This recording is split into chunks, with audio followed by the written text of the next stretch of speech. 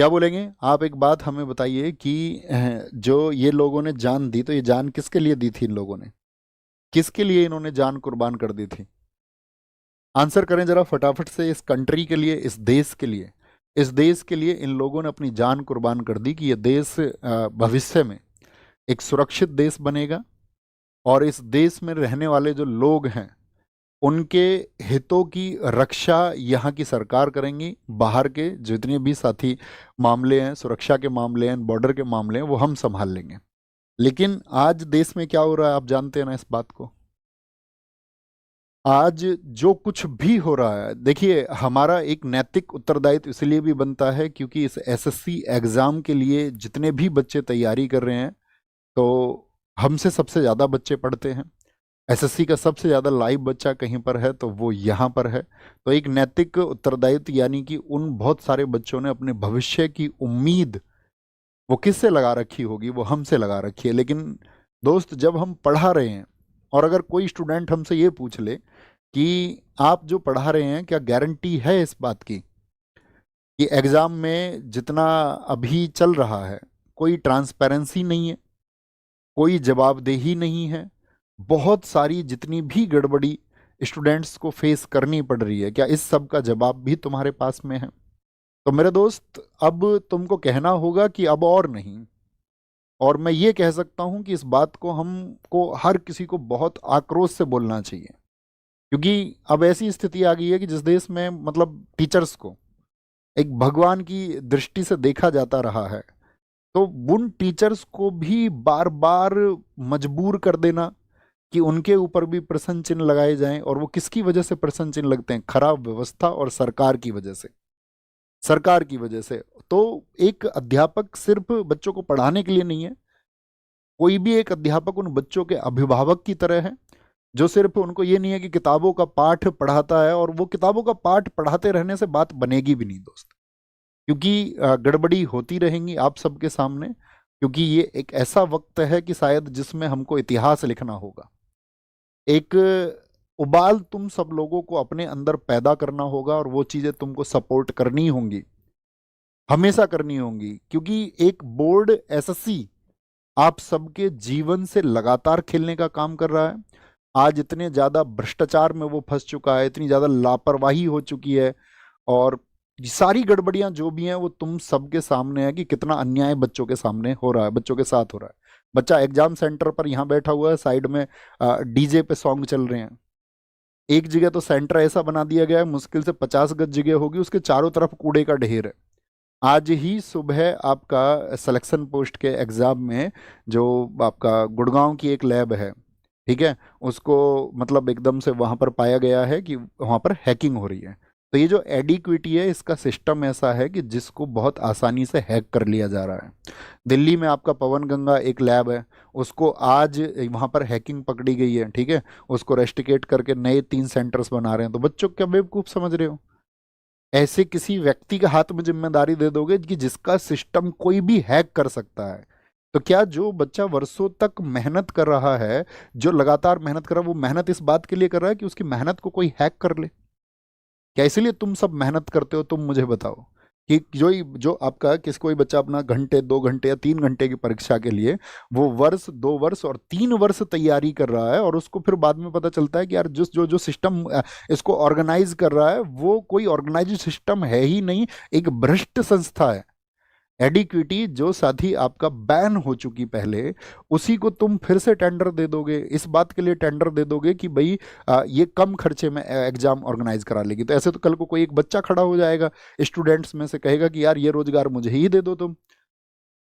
क्यों नहीं ऐसा करते कि मोदी जी ये रोजगार इस बच्चे को दे दो, और ये बच्चा ये काम करेगा, ये सेंटर चलाएगा। क्योंकि होनी तो गड़बड़ी है एट द लास्ट, तो उस बच्चे के द्वारा बनाए गए सिस्टम में कोई गड़बड़ी हो जाएगी, तो उससे अच्छा है कि फिर को 4 लोग आएंगे कि भैया हम तो एकदम से 10-10 रुपए में पेपर करा देंगे। कोई बोलेगा हम भैया 5-5 रुपए में पेपर करा देंगे। तो तुम क्या बच्चों से पैसे लेते नहीं हो? आप बच्चे से हर एक स्टेप पर पैसा लेते हो। बच्चा कभी उस एक चीज का विरोध ही नहीं करता कि भाई मेरी फीस इतनी ली जा रही है, या आप कोई फीस बढ़ाएंगे। उसको कोई विरोध करने का मतलब नहीं है, वो देता है, उसको जानता है कि यार सिस्टम में पैसा लगता है। ऑर्गेनाइज होने में पैसे लगते हैं, लेकिन जब आप उसके पैसे का दुरुपयोग करोगे और उस दुरुपयोग को करके आप उसके जीवन को प्रभावित करोगे और ऐसा जीवन उसका प्रभावित करोगे कि वर्षों दर वर्ष जो उसने मेहनत की है उसका जो नतीजा है वो उसको शून्य मिलेगा। आपके सामने आपने देखा होगा, अक्सर पिछले वर्षों से आप देख रहे हैं कि पेपर लीक की खबरें आती हैं। सरकार क्या कहेगी, ढोंग के नाम पर उसको जांच का एक नाम दे देती है, कहते हैं इसकी जांच कराएंगे, हम इसकी जांच करा के और तब इसको बढ़ाएंगे। इतने में ही एक अभ्यर्थी उस इंतजार को करता रहता है, वर्षों का इंतजार करता रहता है। बहुत सारे लोगों की उम्र पूरी हो जाती है, उम्र पूरी हो जाती है, और कभी कभी तो ऐसा हो जाता है रिजल्ट का इंतजार। सीपीओ में क्या चल रहा है, सीपीओ का रिजल्ट क्यों क्यों रोका हुआ भाई साहब आपने? ऐसी क्या मतलब, एक फिक्स टाइम पर आप परीक्षाओं को आयोजित करें, एक फिक्स समय पर अगली परीक्षा से पहले एक आंसर की आप दे दें, एक रिजल्ट आप समय पर दे दें, तो वो मतलब क्यों नहीं कर पा रहे हो? उसमें ट्रांसपेरेंसी क्यों नहीं है, पारदर्शिता क्यों नहीं है? लोगों तक आप ये मैसेज क्यों नहीं देते हो कि भाई ये कारण है, इसका उचित कारण ये है? ऐसा एक उचित कारण दीजिए ना जिस पर विश्वास किया जा सके। जितनी भी धांधलियां हैं, जितनी भी भर्तियों में देरी है, जितने भी पद गायब हो रहे हैं, जितनी भी पारदर्शिता की कमी है, ये अब कॉमन बातें हो चुकी हैं। इस देश में कॉमन बातें हो चुकी हैं, और नेता अपने एसी के कमरे में बैठ करके ठहाके मार रहे हैं, हंस रहे हैं। एक बच्चा घर में बैठ करके अपने सपनों को कुचल करके रो रहा है, और ये लोग वहां संसद में बैठ करके मतलब मस्खरी करते हैं एक दूसरे पर।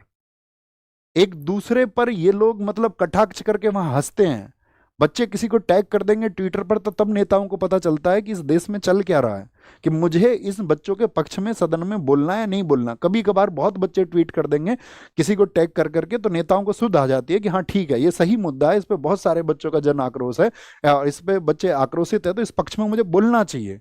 लेकिन फिर वही बात आपका एक समय के बाद में नहीं सुनी जाती है।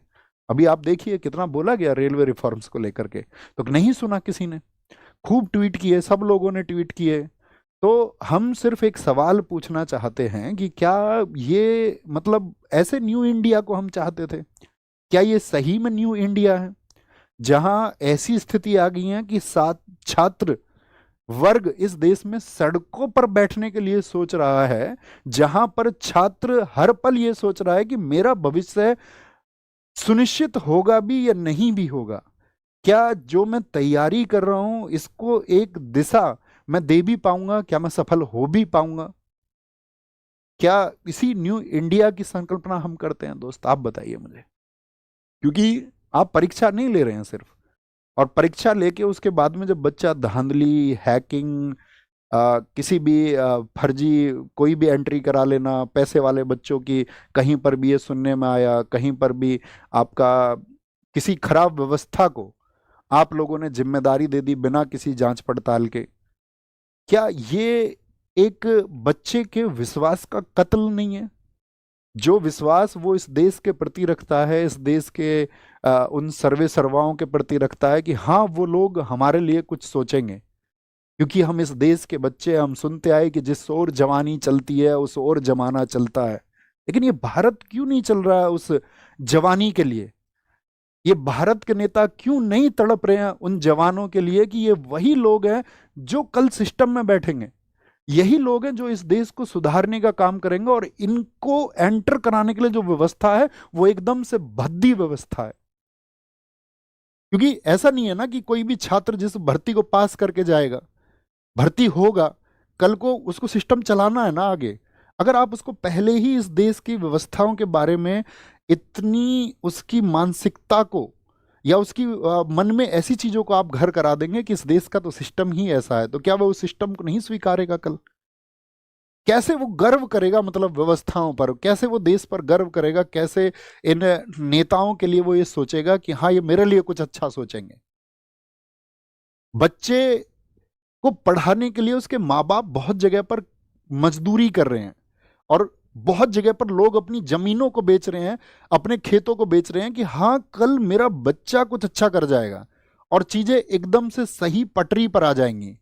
कोई पूरी रात को बच्चा जागकर इस बात के लिए पढ़ रहा है कि कल एक दिन एक सवेरा आएगा, और उस सवेरे के होने के बाद में वो संघर्ष थोड़ा सा विराम ले लेगा, वो संघर्ष थोड़ा सा थम जाएगा।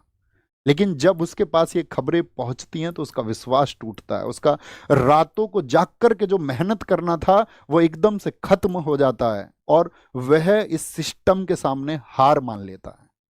मेरे दोस्त, ये हार मानने का वक्त नहीं है। खुद से वादा करना कि अब क्रांति होगी और अब आंदोलन होगा और इस देश के हर घर से आवाज उठेगी और इस बात के लिए आवाज उठेगी कि हमारे साथ अब इनजस्टिस और नहीं हो सकता, हमारे साथ अब अन्याय और नहीं हो सकता है।